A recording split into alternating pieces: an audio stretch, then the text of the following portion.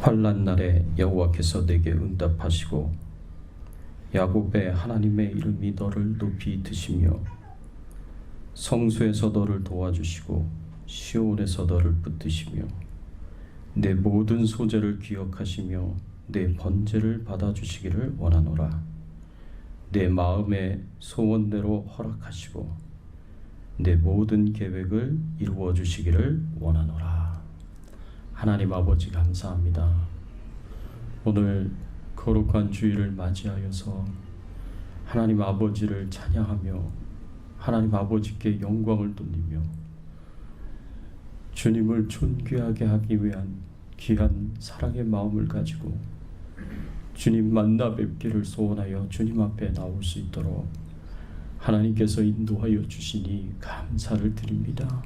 저희들이 드리는 찬양 중에 예배 중에 임하여 주셔서 하나님만 영광을 받으시고 주님만 존귀하게 되시는 귀한 예배가 될 수 있도록 처음부터 끝까지 인도하여 주시옵소서.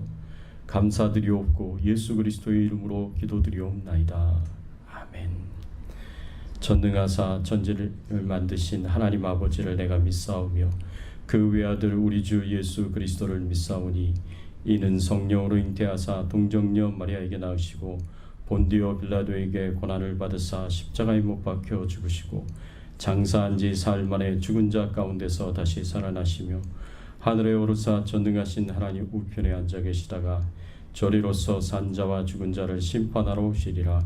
성령을 믿사오며 거룩한 공예와 성도가 서로 교통하는 것과 죄를 사하여 주시는 것과 몸이 다시 사는 것과 영원히 사는 것을 믿사옵나이다. 아멘. 하나님, 겸손히 주님 앞에 나아가 하나님께서 저희들에게 주시는 말씀을 듣습니다.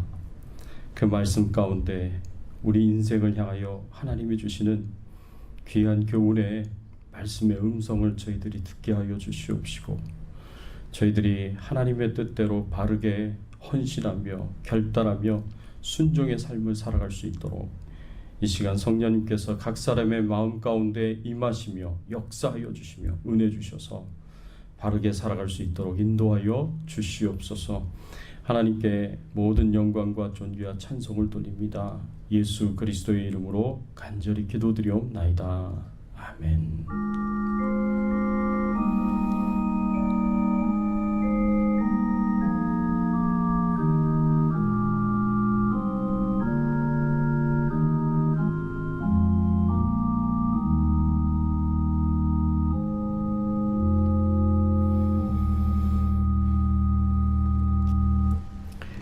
이 시간 우리 함께 찬양 드리겠습니다. 211장 값비싼 향유를 주께 드린 찬양 드립니다.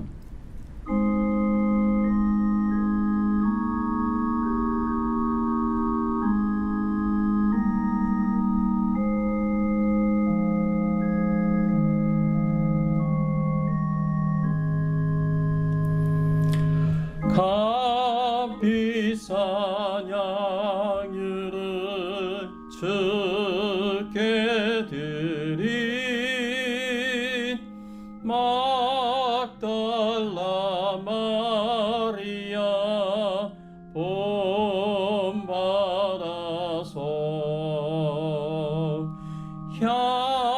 향기로운 산재물 주님께 바치리. 사랑의 주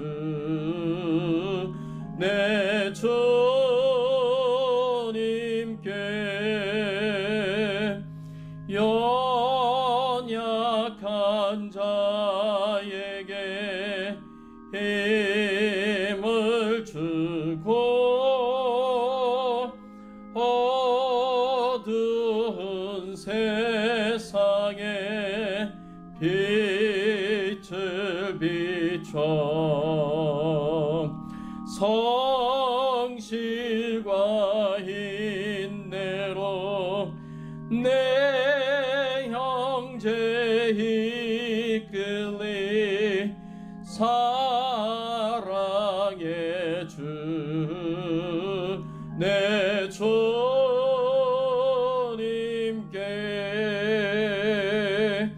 두려운 마음에 소망 주고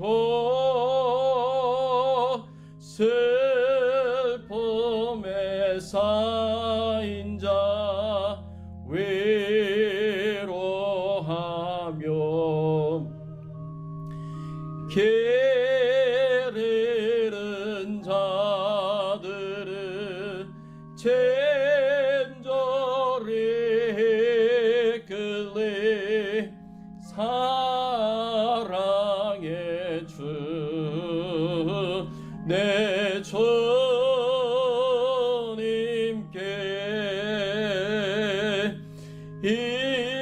인생의 황혼이 깃들어서 이 땅의 수고가 끝날 때에 주님을 섬기라 평안히 가리라 사랑의 주 내 주님께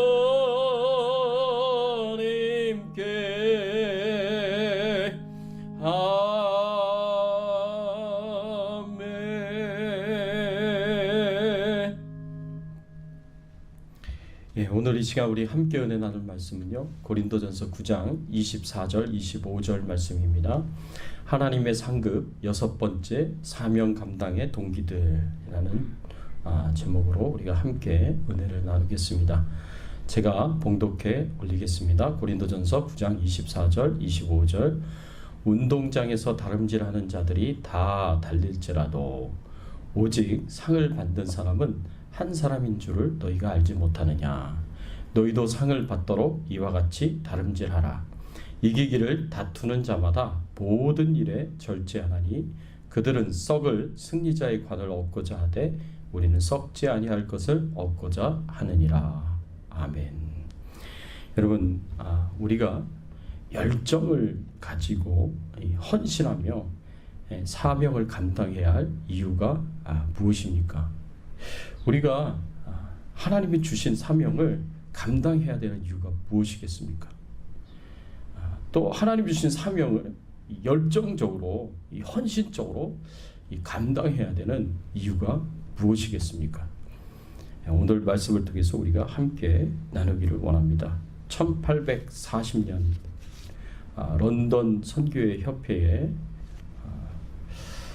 한 의료 선교사님이, 젊은 27세의 의료 선교사님이 파송을 받았습니다. 이 선교사님이 남아프리카로 파송을 받아서 아프리카 오지를 다니면서 의료 선교 사역을 감당했습니다. 그래서 의술을 베풀고 그리고 복음을 전하는 귀한 사명을 감당했습니다. 근데 이분이 평생 아프리카 오지를 다니면서 복음을 전하면서 의술을 펼치면서 얼마나 많은 고생을 했는지 모릅니다. 27번의 열병을 앓게 되었습니다. 또 한 번은요, 굉장히 큰 사고를 당하게 됐는데 사자한테 물려가지고 왼쪽 어깨에 물려서 큰 중상을 당하는 그런 일도 있었습니다. 한 번은 열병에 걸려서 실종이 됐는데, 열병에 걸려서 사람들이 찾지 못하는 그런 상태에 있었는데, 그때 탐험대가 이 선교사님을 가까스로 찾아가지고 구해냈습니다. 그래서 열병에서 살아남게 되었는데, 그때 이 선교사님이 하신 유명한 말씀이 있습니다. 사람이 사명이 끝나지 않은 한 절대로 죽지 않는다라는 유명한 말을 남겼습니다. 사명이 끝나지 않은 한 절대로 죽지 않는다. 하나님이 그 생명을 걷어가시지 않으신다라는 그런 의미의 말씀입니다. 여러분, 이분이 바로 우리가 알고 있는 유명한 데이비드 리빙스턴 선교사님입니다. 이 데이비드 리빙스턴 선교사님이 남긴 또 하나의 유명한 말씀이 있는데, 그 명언이 있는데 그게 뭐냐면 하나님 나라와 상관이 없다면 내가 가진 모든 것은 아무런 가치가 없다. 하나님 나라와 상관이 없다면 내가 가진 모든 소유는 아무 가치가 없다라고 이렇게 말씀을 하셨습니다. 또 에콰도르에 우리가 잘 알고 있는 유명한 순교자이신 선교사님 짐 엘리엇 선교사님은요, 어떤 명언을 남겼냐 하면 잃어버릴 수 없는 것을 얻기 위하여 소유할 수 없는 것을 버리는 것은 결코 어리석지가 않다. 잃어버릴 수 없는 것을 얻기 위하여서 소유할 수 없는 것을 버리는 것은 어리석지가 않다라는 이런 유명한 명언을 남겼습니다. 잃어버릴 수 없는 것이 뭐겠습니까? 잃어버릴 수 없는 것은 구원이죠. 천국이죠. 하나님 나라죠. 영생이죠. 그리고 하나님 주시는 상급이죠. 여러분, 이런 것은 우리가 절대 잃어버릴 수 없는 것들입니다. 잃어버려서는 안 되는 것들입니다. 이 천국을 위하여서, 하나님 나라를 위하여서, 영생을 위하여서, 그리고 복락을 위하여서, 하나님 주신 상급을 위하여서 내가 소유할 수 없는 것, 영원토록 소유할 수 없는 이 땅의 것들, 세속적인 것들, 세상적인 것들을 버리는 것은 그것은 결코 이 어리석은 일이 아니다라고 그렇게 말을 했습니다. 데이비드 리빙스턴 선교사님, 짐 엘리엇 선교사님 같은 분들은요, 두 분 다 선교를 위해서 선교지에서 순교를 당한 훌륭하신 분들이었습니다. 하나님 나라와 상관이 없다면 내가 가진 모든 것은 가치가 없다. 잃어버릴 수 없는 것을 위하여 소유할 수 없는 것을 버리는 것은 어리석은 일이 아니다라고 얘기했었던 이 두 분의 삶은요, 철저하게 하나님 나라를 위한 삶이었고요, 철저하게 잃어버릴 수 없는 것을 위한 삶이었습니다. 거기에 열정적으로 헌신적으로 사명을 감당하셨던 귀한 두 분의 선교사님이었습니다. 그러면 이분들이 이렇게 하나님 나라의 사명을 열정적으로 감당한 이유가 뭐냐라는 겁니다. 이 두 분들이 그렇게 헌신적으로 하나님 나라의 사명을 감당하며 하나님의 영광을 위하여, 하나님의 일을 위하여서 열정적으로 헌신적으로 사명을 감당한 이유가 어디 있었겠느냐. 자기 생명까지도 아까워하지 않고 다 내어놓으면서 사명을 감당한 이유가 무엇이었겠는가. 우리가 진지하게 돌아보면서 우리가 사명을 감당하는 이유들, 우리가 사명을 감당해야 하는 동기들, 그것들이 무엇이 있을 수 있는가. 오늘 말씀을 통해서 네 가지를 우리가 생각을 해볼 텐데, 오늘은 주제 설교를 하게 될 겁니다. 그래서 본문을 여러 가지를 우리가 같이 보게 될 겁니다. 첫 번째로 우리가 하늘의 상급을 받기 위하여 우리는 사명을 감당해야 됩니다. 하늘의 상급을 받기 위하여 사명을 감당해야 됩니다. 오늘 본문 24절, 25절에 말씀해 보면은요, 사도 바울은요, 성공하기를 원하는 보통 사람들의 모습을 경기하는 자로 그림을 그리고 있습니다. 자신이 하고 있는 일에 성공하기를 원하는 사람들은 오늘 본문에 나와 있는 것처럼 다름질하는 자들이다라고 이렇게 표현을 하고요, 이기기를 다투는 자들이다라고 이렇게 표현하고 있는 것을 볼 수가 있습니다. 여러분, 고린도 교회 성도들은요, 이렇게 다름질하는 자들, 이기기를 다투는 자들, 이 경기하는 자들의 이 모습에 대해서 굉장히 익숙합니다. 왜냐하면 고린도 도시에서 헬라 세계에서 굉장히 유명한, 오늘날로 얘기하면 올림픽 경기와 같은 그런 경기가 있었습니다. 그 경기의 이름을 이스트미안 경기라고 이야기를 합니다. 헬라 세계에서는요, 4개의 유명한 경기가 있었는데, 이스트미안 경기, 그리고 올림피안 경기, 그리고 피티안 경기, 네미안 경기, 이게 헬라의 4대 경기였습니다. 올림픽 경기와 같은, 월드컵과 같은 그런 큰 경기였습니다. 그런데 고린도 도시에서 3년마다 한 번씩 이 이스티미안 경기가 스테디움에서 치러졌습니다. 그래서 고린도 교회 성도들은요, 저렇게 이기기를 다투는 경기하는 자의 모습, 열심히 다름질하는 경기하는 자의 모습에 대해서는 굉장히 익숙한 이미지였다라는 거죠. 그래서 고린도 교회 성도들이 익숙한 그 이미지를 사용해서 우리 믿는 자들이 어떻게 사명을 감당해야 되느냐, 그리고 무엇을 위하여 사명을 감당해야 되느냐를 우리에게 가르쳐주고 있고 교훈해주고 있습니다. 여러분, 이 경기에서 승리한 사람은요, 굉장히 큰 명예를 갖게 됩니다. 그리고 가족적으로도 굉장히 큰 영광스러운 명예스러운 일입니다. 그런데 이 경기에서는요, 상을 1등밖에 주질 않아요. 2등과 3등은 별 의미가 없고 가치도 없어요. 사람들이 알아주질 않아요. 그러니까 1등이 그 모든 상을 다 가져가는 거예요. 그리고 그 모든 명예와 영광도 다 가져가는 거예요. 그 1등에게는 그 면류관, 월계관을 씌워주는 그런 일이 있었습니다. 썩을 면류관이라고 오늘 사도 바울이 우리에게 가르쳐주고 있습니다. 언젠가는 썩어 없어질 면류관이라는 거죠. 언젠가는 썩어 없어질 그 면류관을 위하여서, 그 1등을 위하여서 경기하는 자들이 정말 피땀을 다 흘려가면서 최선을 다해서 노력하고 애를 쓰며 준비하면서 그 경기에 임한다는 겁니다. 죽기 살기로 그 경기에 임한다는 겁니다. 여러분, 이 세상의 운동 경기의 1등을 위해서라도, 그리고 썩을 면류관을 위해서라도 경기하는 사람들이 피땀을 흘려가며 죽기 살기로 열심히 그렇게 사명을 감당하는데, 우리 믿는 자들이 어떻게 신앙생활을 해야겠느냐, 우리 믿는 자들이 어떻게 사명을 감당해야겠느냐, 이것을 우리에게 가르쳐주고 있는 거예요. 우리도 그것 못지않게, 아니 이 썩을 면류관을 위해서 경기하는 자들보다 더 열심히, 더 열정적으로, 그리고 더 헌신적으로 하나님의 사명을 감당해야 되는 거 아니냐. 그래서 하나님이 주시는 영원히 썩지 않는 저 영광의 면류관을 갖기 위하여서 우리가 헌신적으로, 열정적으로 사명을 감당해야 되지 않겠느냐라는 것이 오늘 말씀에서 우리에게 가르쳐주고 있습니다. 여러분, 어떤 분들은요, 하나님의 상급을 위해서 이렇게 열심히 사명 감당하는 것을 좀 부정적으로 보시는 분들도 있습니다. 상급을 위하여 사명을 감당해야 된다라고 이렇게 이야기를 한다면, 그것은 뭔가 세속적인 목적을 위하여서 목적을 추구하면서, 세속적인 목적을 추구하면서 신앙생활을 하는 잘못된 신앙, 세속적인 신앙, 이렇게 이해하는 성도님들이 있을 수 있습니다. 그래서 상급을 바라보고 사명을 감당하는 것은 잘못된 신앙이다, 세속적인 신앙이다라고 그렇게 생각할 수 있습니다.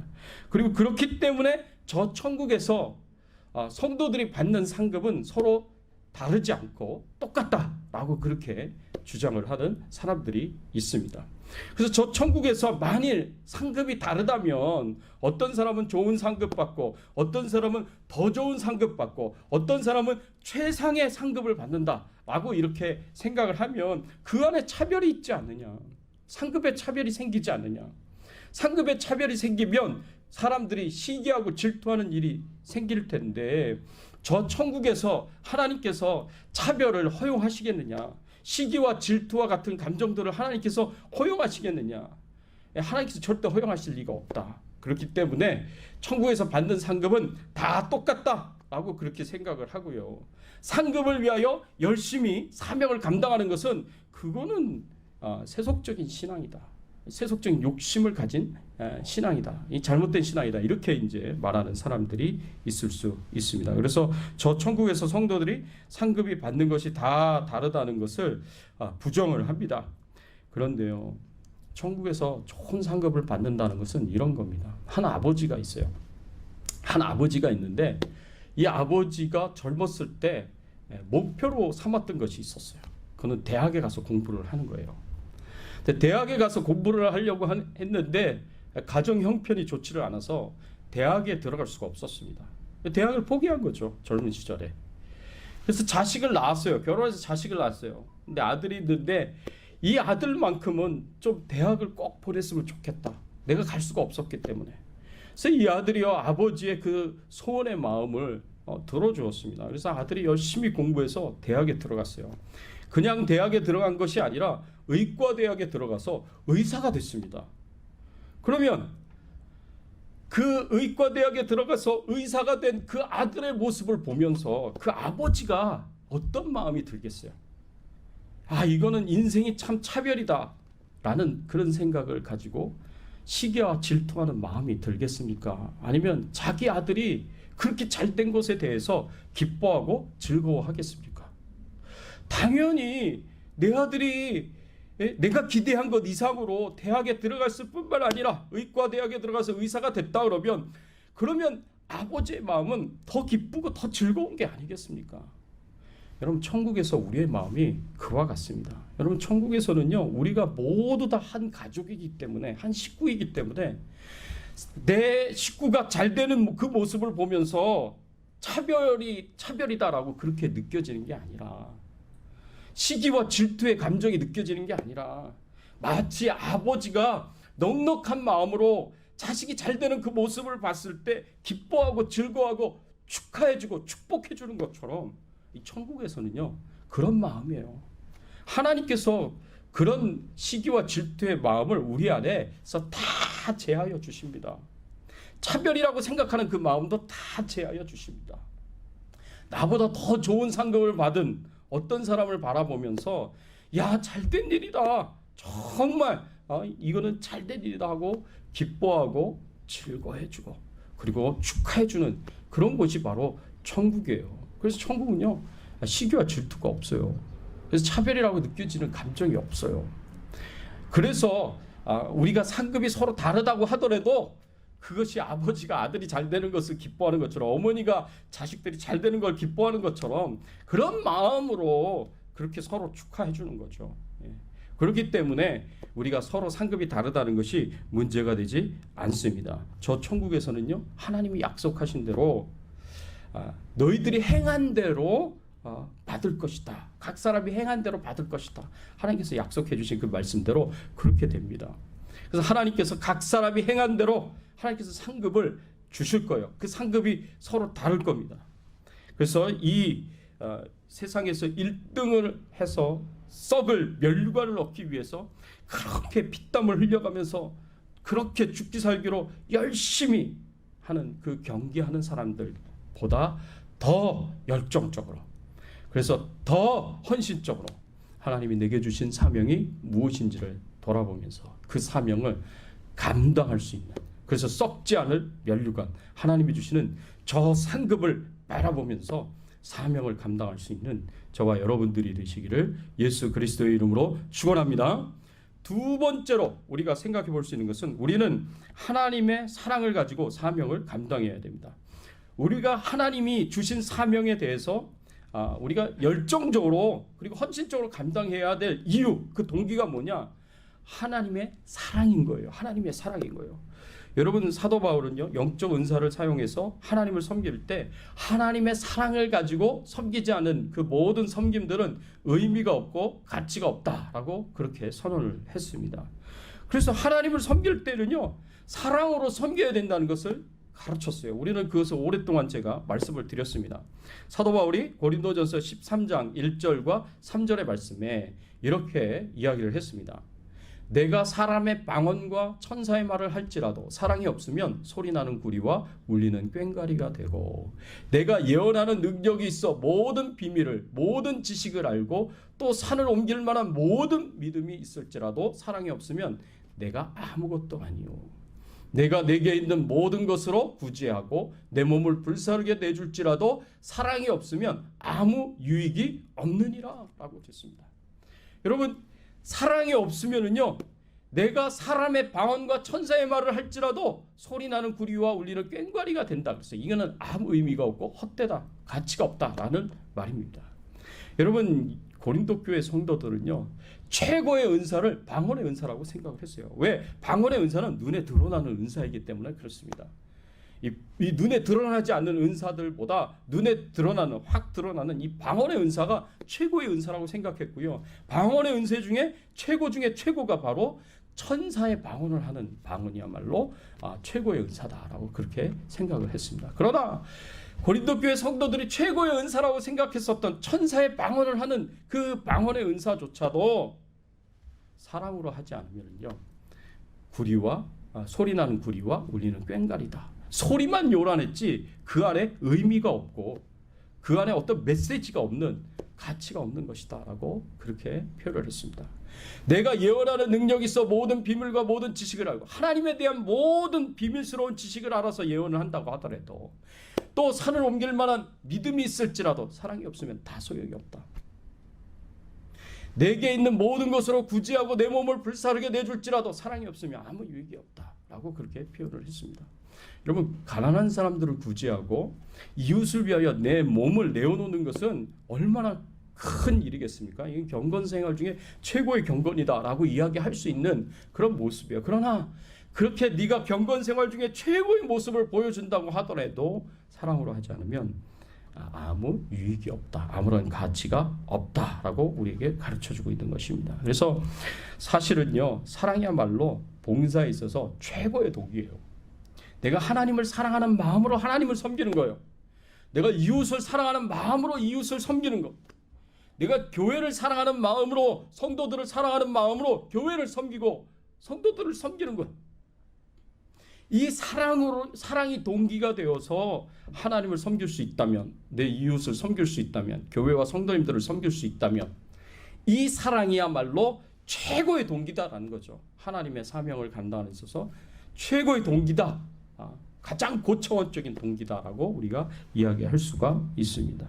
사랑하는 성도 여러분, 하나님으로부터 받은 사랑을 가지고 하나님을 섬기고 교회를 섬기고 그리고 성도들을 섬길 수 있는 그런 저와 여러분들이 되시기를 예수 그리스도의 이름으로 축원합니다. 세 번째로 우리가 생각해 볼 수 있는 것은, 우리는 하나님의 은혜에 대한 감사의 마음을 가지고 사명을 감당해야 한다는 것입니다. 여러분, 시편 100편 3절과 4절의 말씀에 보면 이런 말씀이 있습니다. 여호와가 우리 하나님이신 줄 너희는 알지어다. 그는 우리를 지으신 이요 우리는 그의 것이니 그의 백성이요 그의 기르시는 양이로다. 감사함으로 그 문에 들어가며 찬송함으로 그의 궁정에 들어가서 그에게 감사하며 그의 이름을 송축할지어다. 여러분, 우리들을 하나님의 백성이요 하나님이 기르시는 양이다 라고 이렇게 선포를 하면서, 그런 우리가 어떻게 신앙생활을 해야 되느냐? 감사함으로 그의 문에 들어가라 그랬어요. 여기서 그의 문은 성전문을 가리킵니다. 감사한 마음으로 성전에 들어가서 성전에서 하나님을 찬양하고 그에게 감사를 고백하며 그의 이름을 송축할지어다 라고 이렇게 표현하는 이 말씀을 오늘 말씀에서 볼 수가 있습니다. 하나님께 감사와 찬송의 마음을 가지고 하나님의 문을 지나서, 성전문을 지나서 그 하나님 앞에 나아가서 하나님을 찬양하고 하나님께 감사하고 하나님께 예배를 드리라라는 그런 의미의 말씀입니다. 감사와 찬송으로 하나님께 예배를 드리라라는 그런 의미 말씀이라고 볼 수가 있습니다. 여러분, 우리는요 이렇게 감사와 찬양으로 하나님께 예배 드리는 것이 어쩌면 우리에게 이것은 아무것도 아닌, 어려운 일이 아닌 참 쉬운 일이다라고 그렇게 생각할 수가 있어요. 그런데 과연 하나님 앞에 교회에 나와서 예배를 드리고 찬송하는 일이 그게 쉬운 일이라고 볼 수가 있느냐? 여러분, 다니엘서 6장 10절 말씀에 보면 우리가 한번 다시 생각해 봐야 됩니다. 다니엘서 6장 10절 말씀에 이런 말씀이 있어요. 다니엘이 이 조서에 왕의 도장이 찍힌 것을 알고도 자기 집에 돌아가서는 윗방에 올라가 예루살렘으로 향한 창문을 열고 전에 하던 대로 하루에 3번씩 무릎을 꿇고 기도하며 그의 하나님께 감사하였더라 라고 이렇게 표현했어요.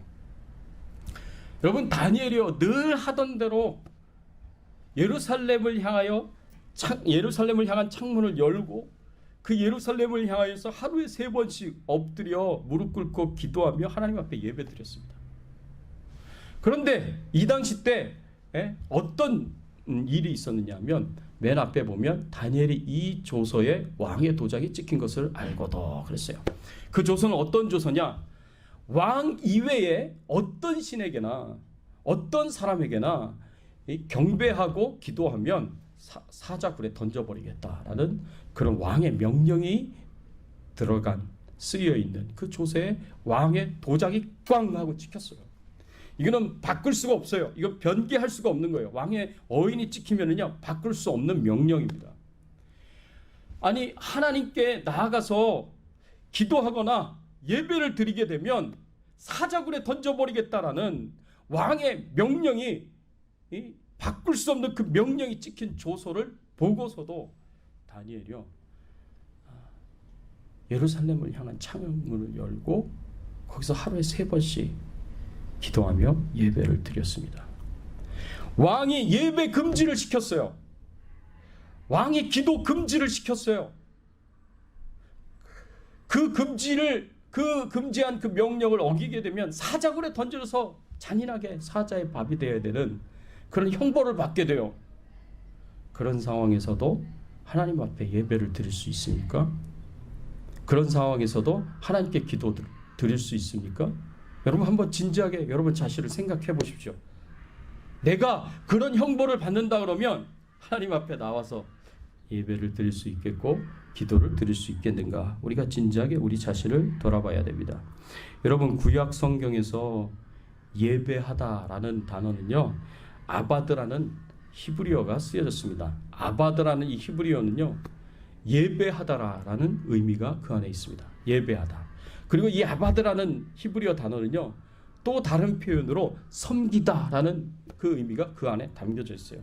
그러니까 하나님 앞에 성전에 나와서 제사를 드리는 그 백성들도 하나님께 예배를 드리는 것이고, 그 예배를 돕기 위하여서 섬기는 모든 제사장들의 섬김도, 레위인들의 섬김도 하나님께서 예배로 받으신다는 그의 의미의 말씀입니다. 하나님께 예배를 드리는 것은 하나님을 섬기는 겁니다. 하나님을 섬기는 것은 하나님께 예배를 드리는 것입니다.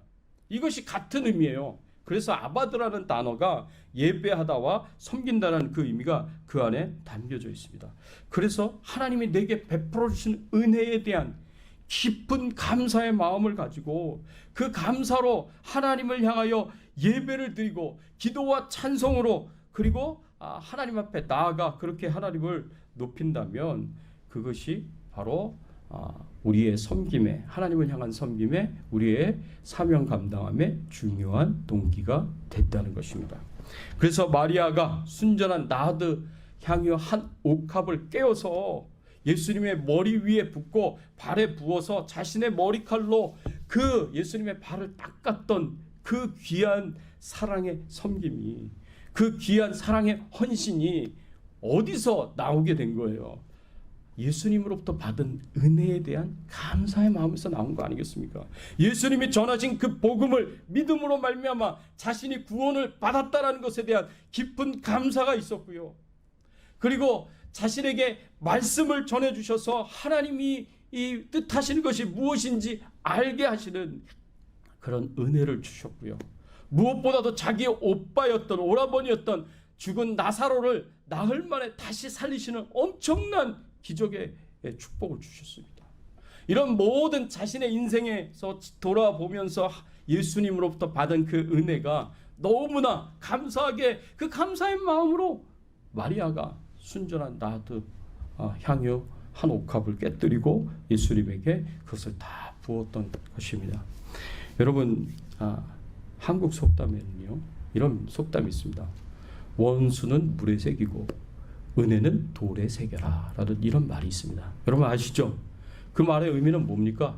원수는 쉽게 잊어버려라. 원한은 쉽게 잊어버려라. 물에 생기는 건 금세 지워지잖아요. 그렇지만 은혜는 돌에 새기라 그랬어요. 은혜는 절대 잊어버리지 말라는 거예요. 절대 잊어버리지 말고 영원토록 기억하라는 것이 바로 원수는 물에 새기고 은혜는 돌에 새겨라 라는 그 의미가 담겨져 있는 그 말의 의미입니다. 여러분 절대 잊어버리지 말아야 될 것이 은혜인데 우리 사람들은요 거꾸로 합니다. 절대 잊어버리지 말아야 될 것이 원한이고요, 원수고요, 그리고 쉽게 잊어버리는 것이 하나님의 은혜가 아닌가, 우리가 그렇게 생각을 해볼 수가 있습니다. 그래서 하나님이 베푸신 은혜를 잊지 않고 평생 기억하고 그 은혜에 대하여 감사의 마음을 가지고 하나님을 섬겨야 돼요.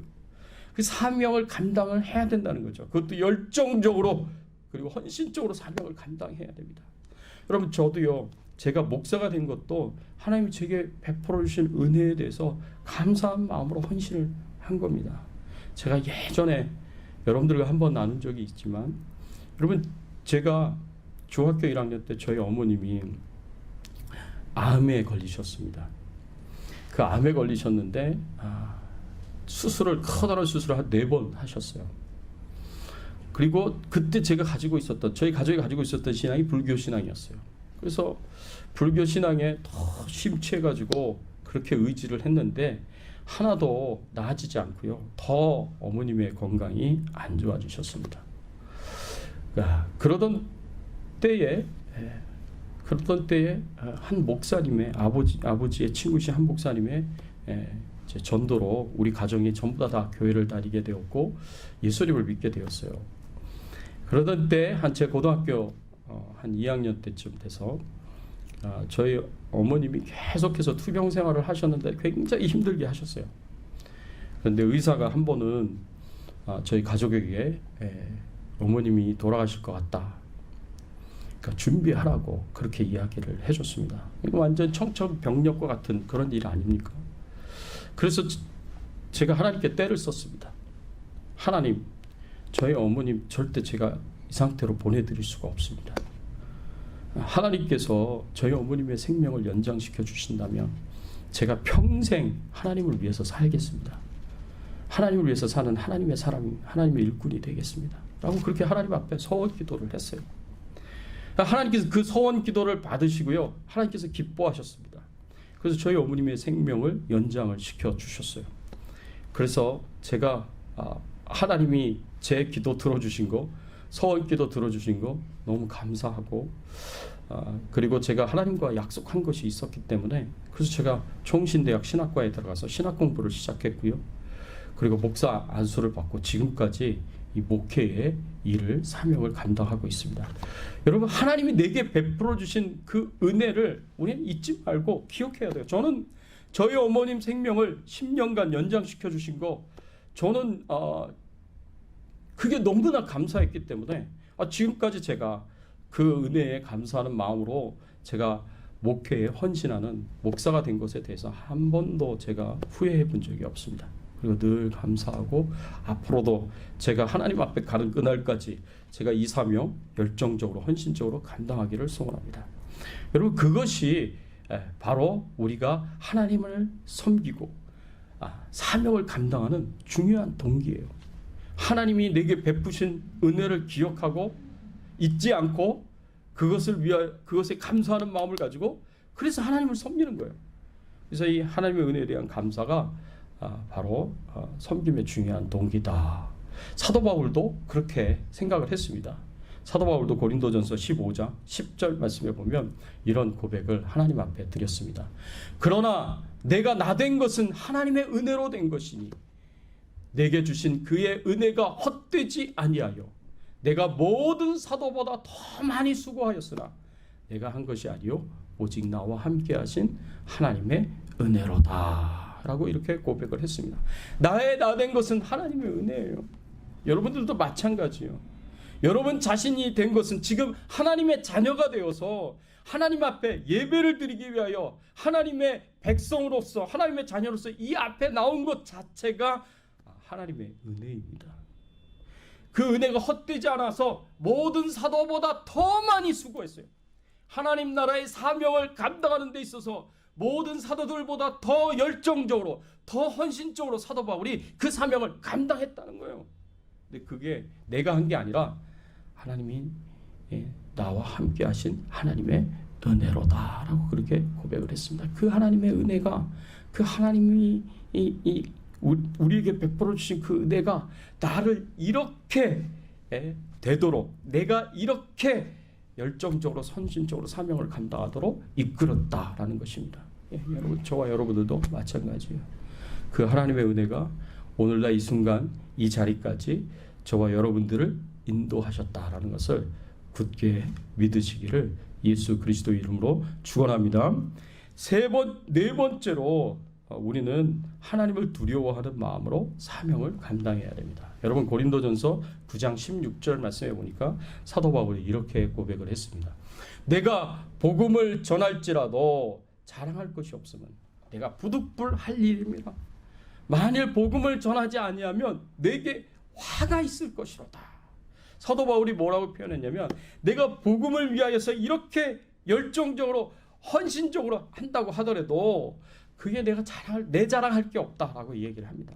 왜냐하면 내가 부득불할 일임이라 라고 이렇게 표현했어요. 이 부득불할 일입니다 라는 이 표현은 헬라어로 아난케라는 단어가 쓰여졌습니다. 이 아난케라는 단어는요, 운명이라는 뜻이에요. 운명. 복음을 전하는 것이 나의 운명이다라고 얘기를 하는 거예요. 그러니까 나는 내 운명을 따라서 복음을 전한 것뿐이지 내가 자랑할 것이 아무것도 없다라고 그렇게 표현하고 있는 것이죠. 그리고 사도 바울이 어느 정도로 이 자신의 운명인 이 복음 전파를 위해서 헌신을 했느냐, 사도행전 20장 24절 말씀에 보면 이렇게 표현을 했습니다. 내가 달려갈 길과 주 예수께 받은 사명 곧 하나님의 은혜의 복음을 증언하는 일을 마치려 하면은 나의 생명조차 조금도 귀한 것으로 여기지 아니하노라 라고 이렇게 표현했습니다. 내가 하나님이 내게 주신 사명을 완성하기 위하여서 복음을 전파하라는 그 사명을 내가 완수하기 위하여서 내 생명을 조금도 아끼지 아니하고 조금도 귀한 것으로 생각하지 않고 다 쏟아 부었다라고 이 고백에서 표현을 하고 있는 것입니다. 하나님께서 내게 주신 복음 전파의 사명을 위해서 내가 내 생명도 아까워하지 않고 정말 죽기 살기로 열심히 복음을 전했다. 열정적으로 헌신적으로 복음을 전하는 사명을 감당했다라는 그런 표현입니다. 그렇게 할 수밖에 없었던 이유가 있었다면 그 이유는 그게 내 운명이기 때문에 그래요. 내 운명이기 때문에 내가 그렇게 살도록 하나님께서 나에게 그런 운명을 주셨기 때문에 그런 삶을 살 수 있도록 하나님께서 뜻하셨고 결정하셨기 때문에 내가 하나님이 결정하신 대로 내가 하나님의 뜻대로 내 운명대로 그렇게 복음을 전하면서 살았다는 말씀입니다. 만일 내가 내 운명을 따라서 복음을 전하지 아니하였더라면 내 하나님이 결정하신 대로 하나님이 뜻하신 대로 내가 이렇게 내 생명을 귀한 것으로 여기지 아니하고 헌신적으로 열정적으로 복음을 전하지 않았다면 나에게 어떤 결과가 오게 될 것이냐. 사도 바울이 고린도전서 9장 16절 맨 마지막에 뭐라고 표현했냐면 만일 복음을 전하지 아니하면 내게 화가 있을 것이로다 라고 이렇게 표현했어요. 내게 화가 있을 것이로다. 이 화는요 저주예요. 그리고 슬픔이에요. 그 의미가 내가 하나님이 내게 운명 지어주신 대로 내가 하나님이 뜻하신 대로 내가 하나님이 결정하신 대로 내가 하나님이 이끄시는 대로 순종하여서 복음을 전해야 되는데 그렇게 하지 않는다면 하나님의 저주가 내게 임할 것이다. 하나님이 내게 저주를 퍼부어서 내가 슬퍼하는 슬픈 운명이 되게 될 것이다 라고 그렇게 표현하고 있는 것입니다. 여러분 사도 바울이 어떤 마인드를 가지고 사명을 감당했는지 하나님을 두려워하는 마음이 있었어요. 내가 사명을 온전히 감당하지 않을 때 나에게 임할 하나님의 저주와 형벌에 대해서 두려운 마음이 사도 바울은 있었던 거예요. 두렵고 떨리는 마음으로 그래서 열심히 사명을 감당한 거예요. 생명을 다해서 사명을 감당했던 것입니다. 이것은 구약에서도 나옵니다. 에스겔서 33장 6절의 말씀에 보면 에스겔 선지자가 가졌던 에스겔 선지자에게 하나님께서 어떤 마음으로 사명을 감당해야 되는지를 가르쳐 주십니다. 여기서 파수꾼이 칼의 임함을 보고도 나팔을 불지 아니하여 백성에게 경고치 아니하므로 그 중에 한 사람이 그 임하는 칼에 제함을 당하면 그는 그 죄악 중에 제한 바 되려니와 그 죄를 내가 파수꾼의 손에서 찾으리라. 이 하나님께서 주신 말씀이거든요. 여기서 파수꾼은요 선지자인 에스겔을 가리켜요. 선지자의 사명을 가리켜요. 여러분 파수꾼이 칼이 임함을 보고도 나팔을 불지 않으면 그래서 백성들에게 경고하지 않으면 어떻게 된다고요? 그 원수들의 칼에 의해서 사람들이 죽는 일이 생긴다는 거죠. 사람들이 죽는 일이 생기게 되면 그 핏값을 너에게서 파수꾼에게서 찾겠다 하나님께서 말씀을 하신 거예요. 여러분 여기서 파수꾼은요 오늘날로 얘기하면 경계병이에요. 우리가 군대 가면 불침번이라고 얘기합니다. 보초라고 얘기합니다. 여러분 사람들이요 다 잠을 자요. 밤에는 잠을 자게 돼 있어요. 그렇지 않습니까? 군인들도 밤에는 잠을 자요. 그렇지만 군인들은 무방비 상태로 잠을 자진 않습니다. 항상 불침번을 세워요. 보초를 세워놔요. 그래서 경계를 하게 해요. 그래서 저기 대적들이 원수들이 움직이지 않는가 쳐들어오지 않는가 항상 이렇게 정신 차리고 이 똘망똘망한 눈으로 지켜보게 합니다. 그래서 조금이라도 대적들이, 원수들이 쳐들어오는 기미가 보이면 파수꾼이 어떻게 해야 돼요? 빨리 나팔을 불어야 되는 거예요. 이 보초들이, 이 불침번들이 비상 배를 울려야 되는 거예요. 그럼 그래야 잠자고 있었던 병사들이 대적이 온다는 것을 알고 정신 차리고 빨리 일어나가지고 준비를 할 수 있는 거예요. 그래서 준비를 하고 대적과 싸울 수 있는 겁니다. 그런데 처음에는 말똥말똥한 눈으로 지켜보죠. 근데 좀 지나가 보세요. 이 하품을 하게 되고 긴장하는 마음이 이렇게 풀어지게 되고 나중에는 이 보초도 졸아요. 불침번도 졸아요. 그렇게 해서 원수들이 쳐들어왔을 때 아무 준비를 하지 못하고 원수들의 공격을 맞이하게 되면 전멸을 하게 되는 거예요. 전멸을 당하게 돼 있는 겁니다. 그러니까 보초의 역할이, 불침번의 역할이, 파수꾼의 역할이 얼마나 중요한 일입니까? 굉장히 중요한 일입니다. 그런데 하나님께서 각 시대마다 파수꾼들을 세웁니다. 그 파수꾼들이 해야 될 역할이 있어요. 그 역할이 뭐냐면 하나님의 심판이 임하게 될 때 미리 백성들에게 하나님의 심판이 곧 임할 것이다. 너희들이 회개하고 하나님 앞에 돌아오지 않으면, 너희들이 하나님을 믿고 하나님의 말씀에 순종하지 않으면 하나님의 심판을 받게 될 것이다 라는 것을 어떻게 해요? 계속 나팔을 불어줘야 돼요. 그 역할을 해야 될 사람들이 누구예요? 선지자들이에요. 그 역할을 해야 될 오늘날 사람들이 누구예요? 목회자들이에요. 또 누구예요? 성도들이에요. 이 세상 사람들에게 이제 곧 하나님의 심판이 머지 않았습니다 라고 계속해서 이야기를 해줘야 돼요. 그 전조가 지금 우리가 당하고 있는 이 일이 아니겠습니까? 코로나19 바이러스가 하나님의 심판의 전조인데, 이러한 때에 우리가 파수꾼의 역할을 감당해야 됩니다. 나팔을 계속 불어줘야 돼요. 정신 차리라고, 회개하고 하나님께로 돌아오라고, 예수 믿으라고 계속 나팔을 불어줘야 돼요. 근데 나팔을 불지 않고 파수꾼의 역할을 감당하지 않으면 하나님께서 하나님의 심판으로 죽은 그 영혼들의 핏값을 우리 손에서 찾으시겠다고 하신다면 여러분들 어떻게 책임을 지시겠습니까? 그래서 사도 바울이요, 내가 복음을 전하지 않으면 내게 화가 있을 것입니다 라고 그렇게 이야기했던 거예요. 왜냐하면 자기가 파수꾼인 걸 알고 있었기 때문에, 나팔을 불어야 되는 존재인 걸 알고 있었기 때문에, 하나님의 심판을 피하라고 이야기를 해줘야 되는, 나팔을 불어야 되는 존재라는 것을 알고 있었기 때문에 사도 바울이 내가 복음을 전하지 않으면 내게 화가 있을 것이다. 그래서 두렵고 떨리는 마음으로 사명을 감당했던 것입니다. 사랑하는 성도 여러분, 우리가 하나님의 일을 한다고 할 때, 하나님이 주신 사명을 감당한다고 할 때 내가 사명을 감당해야 될 이유가 뭐가 있겠습니까? 열정적으로 헌신적으로 감당해야 되는 이유가 뭐겠습니까? 그 동기가 뭐겠습니까?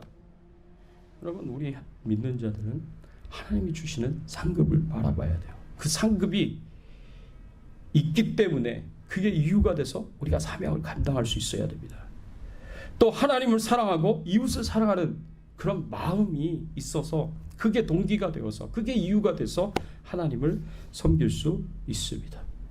그리고 하나님이 내게 베풀어 주신 그 은혜에 대해서 깊은 감사의 마음을 가지고 우리가 열정적으로 헌신적으로 하나님 나라의 사명을 감당해야 하는 것입니다. 더 나아가서 하나님을 두려워하는 마음으로, 떨리는 마음으로 내가 하나님 주시는 사명을 열정적으로 헌신적으로 감당해야 하는 것입니다. 그냥 아무것도 하지 않는 그 상태로 그렇게 계속 살지 마십시오. 부탁을 드립니다.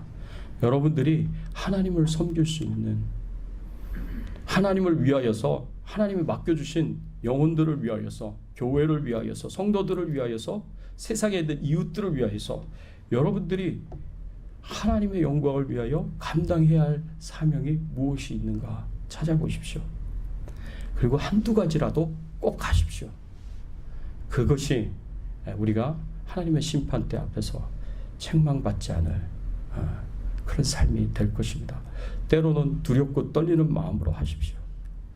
주님을 사랑하는 마음으로 하십시오. 그리고 하나님이 내게 베풀어 주신 은혜를 기억하며 감사한 마음으로 하십시오. 그리고 하늘의 상급을 쌓는다는 마음으로 하십시오.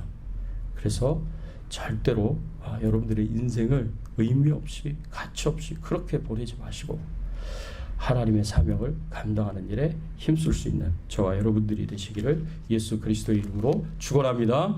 같이 한번 오늘 말씀 생각하시면서 함께 기도하겠습니다. 우리가 어떤 마음으로 하나님을 섬기든지 그것이 상급을 바라는 마음이고 사랑하는 마음이고 하나님의 은혜에 대한 감사의 마음이고 하나님을 두렵고 떨리는 마음으로 감당하는 사명이든지 상관없습니다.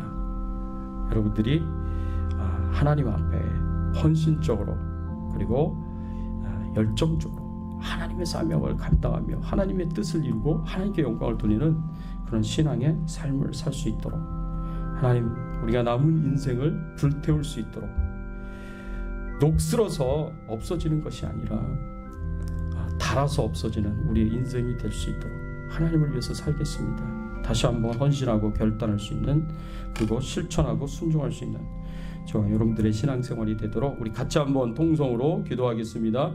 하나님 아버지 감사합니다. 하나님의 은혜에 하나님의 사랑에 감사를 드립니다. 그렇습니다. 오늘 말씀을 통하여서 우리 자신을 돌아보게 됩니다. 하나님 우리가 하나님 앞에 열정적으로 헌신적으로 사명을 감당해야 될 이유가 무엇이 있겠습니까?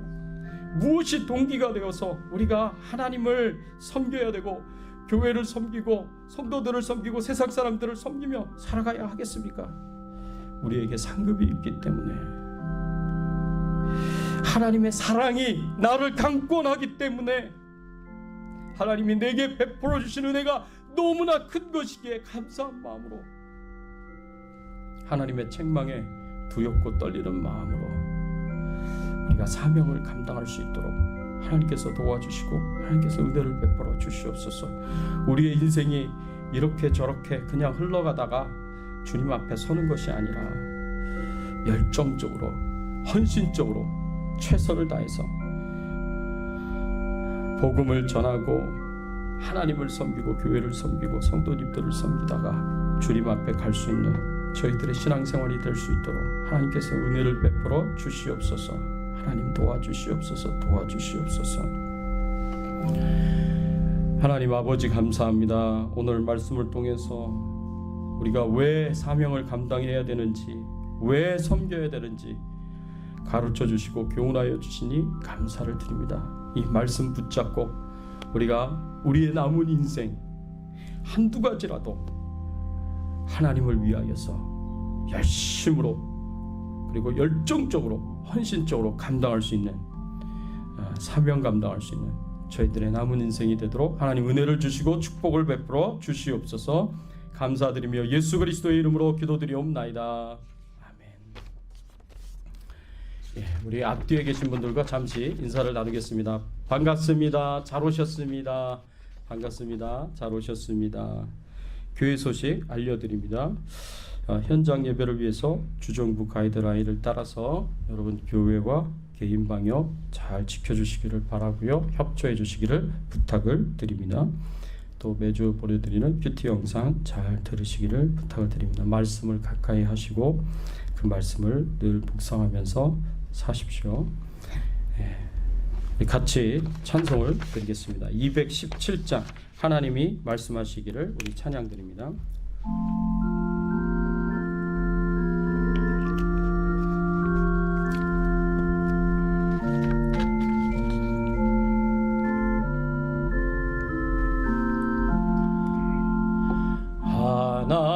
하나님이 말씀하시기를 내 마음을 나에게 바치어라. 너 어디 있든지 날 섬기며 나쁘게 날 항상 의지하라. 바치어라 내 마음을 주께서 나에게 이르시네.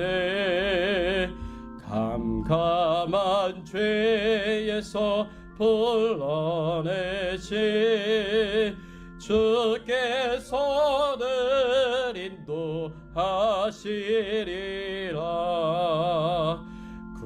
구주께서 말씀하시기를 내 마음을 나에게 다 바치고 사악한 죄에서 벗어나며 나 어찌 널 구워 않겠느냐. 바치어라 내 마음을 주께서 나에게 이르시네.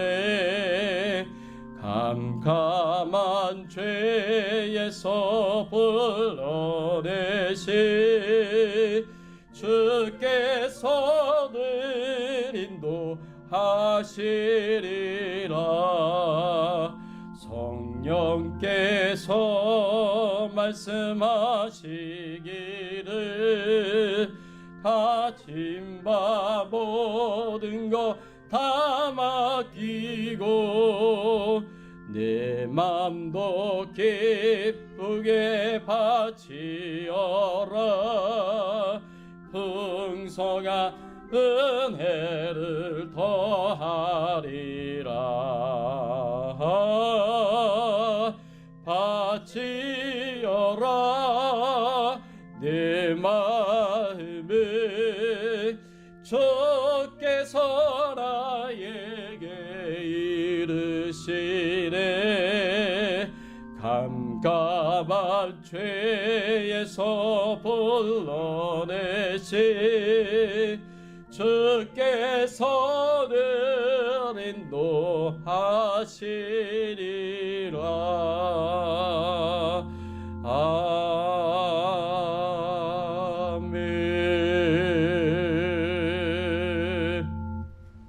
하나님 아버지 감사합니다. 하나님이 우리에게 베풀어 주신 은혜가 너무나 크기에 우리를 구원하여 주신 은혜, 우리의 모든 죄를 용서하여 주신 은혜, 우리를 하나님의 자녀로 삼아 주신 은혜, 우리를 보시며 의인이라고 말씀해 주시는 은혜, 저 천국을 사모하며 살아가는 천국 백성이 되게 하신 은혜, 저 천국에서 영생과 복락을 주시는 은혜가 너무나 크기에 하나님 앞에 감사하는 마음으로 예물을 드립니다. 감사하는 마음을 고백합니다. 하나님, 저희들이 드리는 예물을 기쁘게 받으시며 저희들의 마음에 감사의 고백을 기쁘게 받으시며 감사의 마음을 고백하는 그 심령마다 하나님 앞에 예물을 드린 그 손길마다 하나님 찾아가 주셔서 축복하시고 은혜를 베풀어 주시옵소서. 성령으로 충만케 하여 주시옵소서. 하나님이 주시는 위로와 격려를 얻게 하시고 용기와 새 힘을 얻을 수 있도록 하나님 역사하여 주시고 하나님 은혜를 베풀어 주시옵소서. 하나님이 도와주셔서 하나님이 은혜를 베풀어 주셔서 하나님이 축복을 베풀어 주셔서 이 코로나19 바이러스로부터 안전하게 하여 주시옵시고 기도하고 소원하는 모든 제목들이 다 응답을 받게 하여 주시고 질병 중에 연약한 가운데 있는 우리 성도님들이 다 치유함을 받을 수 있도록 은혜를 베풀어 주시옵소서.